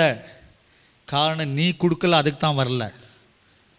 நாம் கொடுக்கணும். முதலாவதாக நமக்கு வருகிற வருமானம் மாதத்துக்கு 1000 ரூபாய் உனக்கு வருமானமாக வந்துச்சா, சபையில் 10 பேர் சேர்ந்து 500 ரூபாய், 200 ரூபாய், 300 ரூபாய், ஒரு 4000 ரூபாய் உனக்கு தசம்பாகம் சர்ச்சில் கொடுத்தா, அந்த 4000ல் 400 ரூபாய் தசம்பாகம் எடுத்து மனதார உன்னுடைய ஊழியக்காரன், உனக்கு இருக்கிற ஆவிக்குரிய தகப்பன், ஆவிக்குரிய லீடர், அந்த ஊழியக்காரனுக்கு எதுவுமே கொடுக்கணும். நீ கொடுத்தாதான் சபை வளரும், கொடுத்தாதான் பைசா வரும், சர்ச்சில் கொடுத்தாதான் காசு வருவோம். எப்போ கொடுக்க மனசு இல்லையோ வாழ்நாள் முழுமையாக நம்ம வறுமையில் தான் வாழுவோம். சபையில் நல்ல ஆள் வரமாட்டான், சபையில் கொடுக்குற ஜனம் நமக்கு வரமாட்டாங்கோ. ஆயிரக்கணக்கு சர்ச்சில் ஊழியக்காரனுக்கு உதவி செய்கிற ஜனம் வராது. கர்த்தர் அவர்களை அனுப்ப மாட்டாங்க சர்ச்சு உள்ளோ. நீ மாரடிச்சு சாவன வருஷம் எல்லாம் நீ என்ன சொன்னாலும் எருமாட்டு மேலே மழை பெஞ்ச மாதிரி ஜனம் அசையாது. கர்த்தர் அவங்கள மாற்றணும். காரணம் நீ விதைக்கணும். நான் விதைக்கிறேன். என்னுடைய தசம பாகம் 10 ரூபாய் காணிக்க வரட்டும், அதில் 10 ரூபாயில் 1 ரூபாய் நான் எடுத்து வைக்கிறேன். எனக்கு வருகிற வருமானம் சர்ச்சில் வருகிற ஆஃபரிங்கில் நான் எடுக்கிறேன். 3 மாதத்துக்கு ஒரு நாள் என்னுடைய தசமபாகத்தை கூட்டி சேர்த்து என்னுடைய ஊழியக்காரர் இன்றைக்கி இருக்கிறாங்க, அவங்க வீட்டுக்கு போய் அவரை விசாரித்து உட்காந்து ஆஃப் டே அவரோட செலவு பண்ணி ஜெபிச்சு அவருக்கெல்லாம் ஜோம் பண்ணி இந்த ஆஃபரிங் நான் அவங்க கையில் கொடுத்துட்டு வரேன். நம்ம சும்மா புடபுடுக்கெல்லாம் பேசுகிறதில்ல, செய்தால் நடத்தணும், இல்லைன்னா பண்ணக்கூடாது. அப்போ தான் கர்த்தர் ஆசீர்வதிப்பார். பாஸ்டர், நான் ஒன்றும் பெரிய பாஸ்டர் இல்லை, இதே எண்ணு கிராஸ் இதே ரோட்டில் சைக்கிள் தெரிஞ்சவன், கோணி பை போட்டுன்னு படுத்து ஊழியம் செய்தவன், நான் பசி சோறு இல்லை பிச்சை வாங்க போனவன், சரியாக துணி இல்லை, யார் வீட்டுக்குன்னா போனால் வாசலில் நிற்க வச்சுருவான், உள்ளே கூட மாட்டாங்கோ. கட்டிங் பண்ணி 3 மாதம் இருக்குது, முடி வளர்ந்துருக்குது, சேவிங் பண்ண முடியல, காசு கிடையாது. அன்றைக்கி 5 ரூபா கட்டிங்க்கு வாசலில் நிற்க வச்சுருவாங்க, உள்ளே கூட மாட்டாங்க யாரும். பசி, வாரத்துக்கு ஒரு நாள் தான் சாப்பாடு கிடைக்கும். தெரு தெருவாக பிரசங்கம் பண்ணணும், தெரு தெருவாக ட்ராக்ஸ் கொடுக்கணும், ஒரு ஆள் வீட்டு வாசலில் சேர்க்க மாட்டாங்கோ. அந்த வறுமையில் தான் நானும் வாழ்ந்துவேன். பசி என்பது தெரியும், ஆனால் கர்த்தருக்கு நேர்மையான காரியங்களை செயல்பட்டதான் ஆண்டு ஒரு ஊழியக்காரனை உபயோகப்படுத்துவார். ஹல்லேலூயா. யுவர் சேஞ்ச், நீங்கள் மாறணும். நீங்கள் எழுதி வச்சுங்க, நாளைக்கிலிருந்து இந்த சண்டையிலிருந்து இந்த வேலையை நீங்கள் செய்யுங்க. நீங்கள் நடத்துகிற ஆராதனை, உங்களுக்கு வர பணத்தில் யார் காணிக்க கொடுத்தாலும் அதை 10 ரூபாய் வட்டம் 10 ரூபாய் எடுத்து வைங்க. அடுத்த மாதம் இதே தேதி 12ஆம் தேதி உன்னுடைய தசமாக காசு சேர்த்து உங்களுக்கு யார் ஒரு ஆவிக்குரிய லீடர் பாஸ்டர் இருக்கிறாரோ அவங்க கையில் இந்த பணத்தை கொடுத்து ஜோமனிட்டு வாங்க. 1 வருஷ காலம் உனக்கு டைம் தரேன். உன் ஊழியம், உன் சபை எல்லாமே மாறிடும், எல்லாம் சேஞ்ச் ஆகும். நீ யாருக்கிட்ட போய் நிற்கக்கூடாது, உன்னை தேடி வீட்டுக்கு வரணும் பணம். கர்த்தர் அழைத்தவர் உண்மை உள்ளவர். இதை நம்ம செய்யல, அதனால தான் இன்றைக்கும் நமக்கு வருமே. இப்போ ஜூன் ஜூலை எல்லா பாஸ்டருங்க மெசேஜ் பண்ணுவாங்க, ஸ்கூலுக்காக ஜோம் பண்ணுங்க, ஸ்கூலுக்காக ஜோம் பண்ணுங்க, என் பிள்ளைக்காக ஜோம் பண்ணுங்க. டிசம்பர் வந்தால் எல்லா மீட்டிங்கு கிஃப்ட் இருக்குதா, கிஃப்ட் இருக்குதா, எங்கள் கூட்டு கிஃப்ட் இருக்குதா. அடுத்த வருஷம் நீ கொடுக்கணும் கிஃப்ட், இன்னொருத்தனுக்கு நீ வாங்கக்கூடாது, நீங்கள் கொடுக்கணும். சார், கர்த்தர் நம்மளை கொடுக்குறவங்களா மாற்றுக்கிறார். ஒரு ஊழியக்காரனோட ஒழுங்கு வேலை இது. கடைசி காரியம், ஒரு பாஸ்டர் பரிசுத்தமாக இருக்கணும். ஒரு பாஸ்டர் பரிசுத்தமாக இருக்கணும். அவனுக்குள்ளே எந்த விதமான நம்ம மேலே எந்த விதமான குறை என்றது வரக்கூடாது. நம்மை கர்த்தர் பார்க்கிறார், உலகம் நம்மை பார்க்கிறது, பல ஜனங்கள் நம்மை பார்க்கிறார். நம்மளை எந்த விதமான களங்கு வராத அளவுக்கு நம்மளை பாதுகாக்கணும். பரிசுத்தமாக இருக்கணும் ஒரு ஊழியக்காரன். நம்முடைய பரிசுத்தத்தை இழக்கக்கூடாது. இப்போ தான் வசனத்தை படித்தோம், அவர் தன் இரத்தத்தினாலே சுத்திகரித்து பரிசுத்தமாக்கி தனக்கு முன்பாக நிற்க வைத்திருக்கிறார். அந்த பரிசுத்தத்தை இழக்கக்கூடாது. ஒருவன் பணமோ பொருளோ பெண்ணோ வேறு வேறு காரியங்களோ ஒரு ஊழியக்காரனே வஞ்சித்து அந்த பரிசுத்தத்தை இழக்கக்கூடாது. இதை பாதுகாத்துக்கணும். உண்மை உள்ள ஊழியக்காரனாக இருக்கணும். நீ ஸ்தாபனத்தில் இரு, அவங்க 2000 கொடுக்கட்டும் போதும், அந்த இடத்துக்கு உண்மையாயிரு. உன் சபைக்கு உண்மையாயிரு. உன்னை நம்பி இருக்கிறவங்களுக்கு உண்மையாயிரு. 1000 பொய் சொல்லி வாழக்கூடாது. பாஸ்டர், உண்மையாக ஆண்டவர் ஒருவரை குறித்து வெளிப்படுத்தினால் அவங்களுக்கு அந்த வெளிப்பாடு சொல்லணும். 2வது, ஆண்டவர் அனுமதித்து தான் சொல்லணும். அது கூட சும்மா போய் ராத்திரி பார்த்த நீ வீடு கட்டுற, நீ பிளெயினில் போகிற, இறங்குற, ஏறுற, காரை பார்த்தோம் வீட்டு வாசலில், ஃபஸ்ட்டு உன் வீட்டு வாசல் என்ன ஆகுது பார்த்துக்கணும். ஓகே, அதெல்லாம் சொல்லக்கூடாது. ஊழியத்தில் நிறைய ஜனங்களை அப்படி தான் ஏமாத்துறாங்கோ. சொல்ல வருத்தம், ரொம்ப பேஜாராகுது.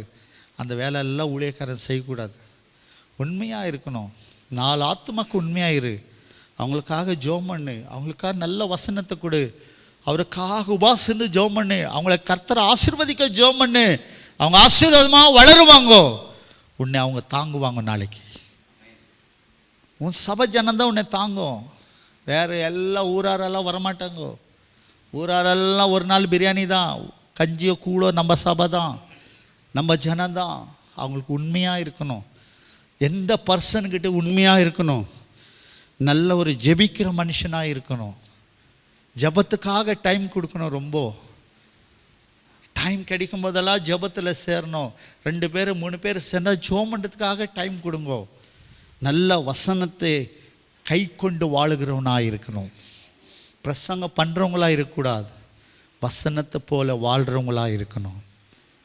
நாம் அதுக்கு பிரகாரமாக வாழணும்.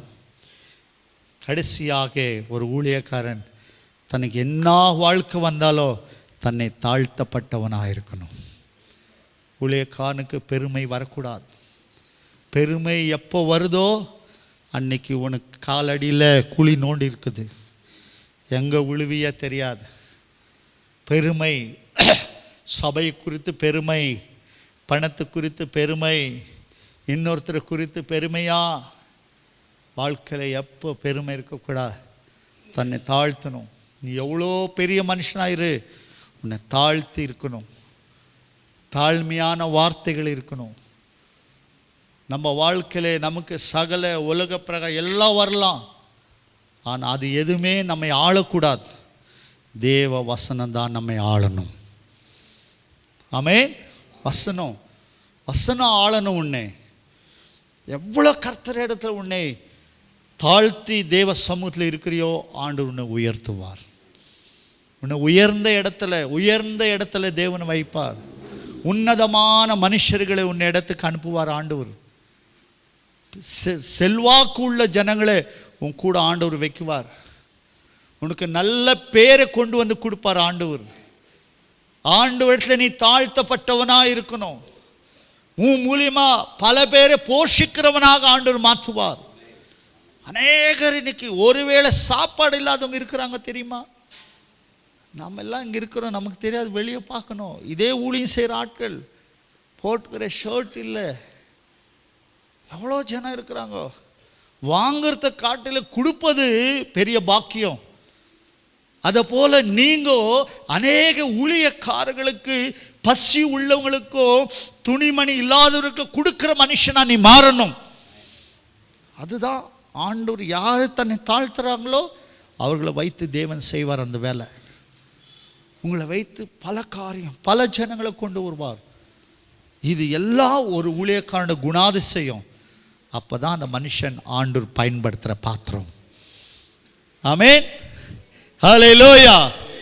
ஆண்டவர் உபயோகப்படுத்துகிற ஒரு பாத்திரம். ஆண்டவருடைய ராஜ்யத்துக்காக உன்னை பயன்படுத்தணும். இந்த நேரத்தில் எனக்கு அன்பானவர்களே, மற்றவர்களை பார்த்து நம்ம பொறாமைப்பட தேவையில்லை. மற்றவர்களுக்கு இருக்கிறத கண்டு நமக்கு இல்லைன்னு நினைக்க தேவையில்லை. நமக்கு என்ன செய்யணுமோ ஆண்டவர் நமக்கு செய்வார். நமக்கு என்ன கொடுக்கணுமோ கொடுப்பார். அதிகமாக உழைப்பு வேலை செய்தால் அதிகமான சம்பளம், குறைந்த வேலை செய்தால் குறைந்த சம்பளம், அதிகமாக ஜெபிச்சா அதிகமான ஆசீர்வாதம், அதிகமாக கொடுத்தா அதிகமான பிரதிபலன், அதிகமாக ஆண்டவருக்காக வாழ்ந்தால் அதிகமான நன்மைகள். இவ்வளோதான் கர்த்தர். நீ எது செய்யறியோ அதுதான் உனக்கு கொடுப்பார். அவங்க செய்தாங்க, எனக்கு இல்லை, நோ. அவருக்கு இருக்க எனக்கு கொடுக்கல, நோ. நீ எப்படி இருக்கிறியோ உனக்கு அப்படி கொடுப்பார். ஆனால் ஒரே ஒரு காரியம், கர்த்தர் உன்னை பயன்படுத்தணும். ஒன்று, கடைசி வார்த்தை நான் சொல்லி முடிக்கிறேன். எனக்கு அன்பானவர்களே, ஒரே ஒரு காரியம் என்னன்னா, எந்த ஊழியக்கான இடத்துலையோ யார் இடத்துலையோ உங்களுடைய பிரச்சனையை சொல்லக்கூடாது. நீங்கள் யார்கிட்ட சொல்லக்கூடாது. உங்களுடைய துன்பம் பாடுகளை பற்றி சொல்லக்கூடாது. ஒரே ஒருத்தர் கர்த்தர் தான், அவர் இடத்துல சொல்லணும். ரெண்டாவதான காரியம் என்னன்னு சொன்னால், உங்கள் வாழ்க்கையில் என்ன ஏற்பட்டாலும் ஆண்டோட சித்தம் நிறைவேறுகிற வெள்ளியும் உனக்கு மரணம் வராது. அவர் சித்தம் முடிஞ்ச பிறகு தான் நமக்கு சாவு. ஏன்னா அதுக்குள்ளே நம்ம சாவு முடியாது. அவர் வேலை இருக்குது, உன் மூலியமாக ஆண்டவர் சில வேலை செய்யணும். அதை நினச்சிக்கோங்க, ஜெபம் பண்ணுங்க, சில விஷயத்தில் மனம் திரும்புங்க. கடைசியான காரியம், நான் உங்களை காட்டில் பெருமை இல்லை, நான் உங்களோடு இருக்கிற ஒரு ஊழியக்காரன். நீங்கள் கடந்து போன பாதை, நான் கடந்து போகிற பாதை வேறு. நான் கடந்து வந்து விட்டேன், நீங்கள் கடந்து வரீங்கோ. சில இட தோல்வி பிரச்சனை வருது, அதுக்காக சில நேரம் நான் மனம் திரும்பணும். நீங்கள் மனம் மாறுங்கோ, உங்களை விசாரிங்கோ. ஆண்டவரே, என்னுடைய வழி எங்கே தவறிட்டேன், ப்ளீஸ் என்னை மன்னிங்கோ, என்னை மன்னிங்கோ, என்னை உபயோகப்படுத்துங்கோ, என்னை பயன்படுத்த ஆண்டவரே. எவ்வளோ கஷ்டம், குடும்பம், ஊழியம், நிறைய பிரச்சனைகள், இதை மேற்கொள்ள முடியல. என்னை மன்னிச்சு என்னை உபயோகப்படுத்த ஆண்டவரே. இந்த நாள் நீங்கள் மனம் திரும்பின நாள். இந்த கேட்ட வசனத்தில் எங்கே உங்களுடைய குற்றம் தவறி இருக்கிறீங்களோ உங்களை மாற்றிக்குங்கோ, ஆண்டவருக்கு ஒப்பு கொடுங்கோ. ஆண்டவர் உங்களை சீர்திருத்தி தன் வழியிலே பயன்படுத்துவார். ஆமென். கண்களை மூடுமா. ஹோ ரீபாலா சந்தரா பந்துரி பரபா ரபா, ஹோ ரீபாலா தூரே பாரி பாலா சந்தரா பரபா. ஹalleluya, ஹalleluya, ஹalleluya, ஹalleluya, ஹalleluya. எங்களை அதிகமாக நேசிக்கிற பரலோகத்தின் பிதாவே, பரிசுத்த ஆவியானவரே, இந்த காலை நேரம் முதல் இதுவரையும் நாங்கள் சில பேர் மட்டும்தான், ஆனால் உம்மை ஆராதித்தோம், உம்முடைய வார்த்தைகளை தியானித்தோம். இந்த வார்த்தைகளை எனக்காக, என் வாழ்க்கையில் எந்த குற்றங்கள் இருந்தாலும் ஆண்டவரே என்னை மன்னிக்கணும். ஆண்டவரே, ஆண்டவரே, இந்த வார்த்தைகளை போல என்னை மாற்றும். உன் ஒளிய பாதையிலே என்னை பயன்படுத்தும். ஆண்டவரே, ஆண்டவரே, நான் தவறி இருந்த வழிகளை இது மூலமாக எனக்கு வெளிப்படுத்தும். நான் மாறணும், உமக்கு கீழ்ப்படினும், உம்மை போல ஒரு நல்ல ஊழியத்தை செய்கிறவங்களாக என்னை மாற்றும். என்னோடு இருக்கிற இங்கு உள்ள ஊழியக்காரர்களுக்காக இந்த வசனங்களை நாங்கள் விதைத்து இருக்கிறோம். அநேகருடைய குடும்பம், தனிப்பட்ட வாழ்க்கை, ஊழியத்தின் பாதைகள் கரடு முரடான பாதையில் நடந்து போகிறார்களே, எங்கே தவறி இருக்கிறாங்களோ இந்த வசனம் அவர்களை திருத்துவதாக, அவர்களோடு பேசுவதாக, ஒரு நல்ல ஆவிக்குரிய தலைவனை தேர்ந்தெடுத்து ஒரு ஆவிக்குரிய தகப்பனுடைய பாதையில் நடத்தும், ஒரு நல்ல ஞானம் உள்ளவர்களாக மாற்றும், கர்த்தருடைய வசனத்துக்கு பயந்தவர்களாக இந்த ஊழிய பாதையிலே இவர்களை வைத்து நீங்கள் பெரிய காரியங்களை செய்யுங்க, பயன்படுத்து. வந்த இருக்கிற எல்லாருமே கரங்களில் ஒப்பு கொடுக்கிறேன். எல்லாருமே ஆண்டவரே, உம்முடைய நாமம் உயரட்டும், உம்முடைய நாமம் மகிமை அடையட்டும். எல்லா துதிகனமான மகிமை உமக்கே செலுத்துகிறேன். இயேசுவின் நாமத்தில் ஜெபிக்கிறேன் பிதாவே. ஆமென், ஆமென்.